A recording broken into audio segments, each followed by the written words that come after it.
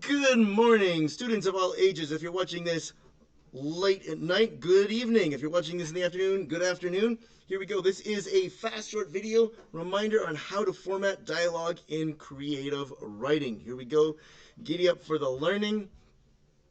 Let's scroll this down.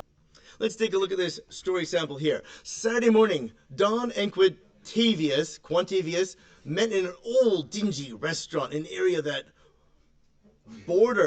typo, let's fix that, borders a banking district and a district with rundown discount stores.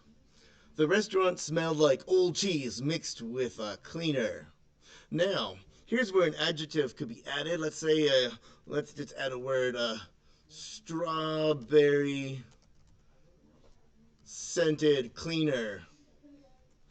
Now, that adds a little flavor to the cleaner. The restaurant was poorly lit, but you could still see crumbs on the floor. That first paragraph is about setting the scene, descriptive sentences that appeal to your five senses, including sight, maybe smell. You could add sound, what kind of music is playing in the restaurant scene. Okay, now we get on to the dialogue part. Why in the world did you choose this restaurant? Asked Quantavius. Quantavius was a skinny scientist, and his clothes looked too big for him. He was wearing a gray hoodie that looked brand new.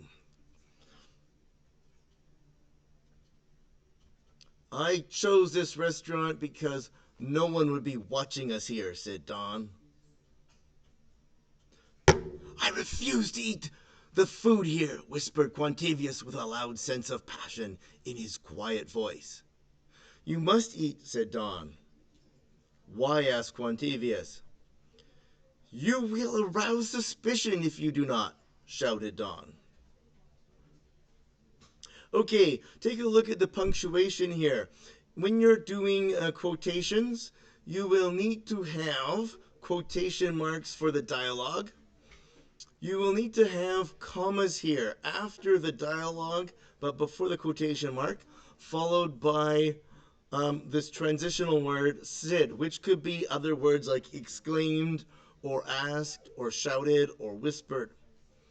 Then you'll need to explain he said, or Don said, or said Don, some way of clarifying who said it some of the times.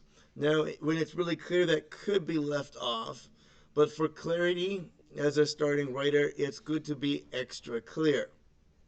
Next, you will need a punctuation mark at the end of the sentence. And in addition to that, each change of dialogue from one character to another should start a new paragraph.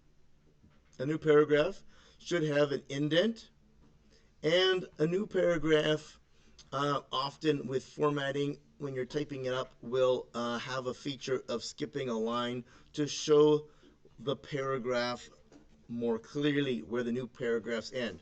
So let's take a look at these two for sample. You've got Don speaking and Quantavius speaking. Notice that although those are short sentences, they're each their own separate paragraph. And this is how you should format your dialogue. Now, while you're writing your creative story, you want to show to your teacher that you understand how to format dialogue correctly. Demonstrate your ability to do that skill. This is important for achieving proficient or extending.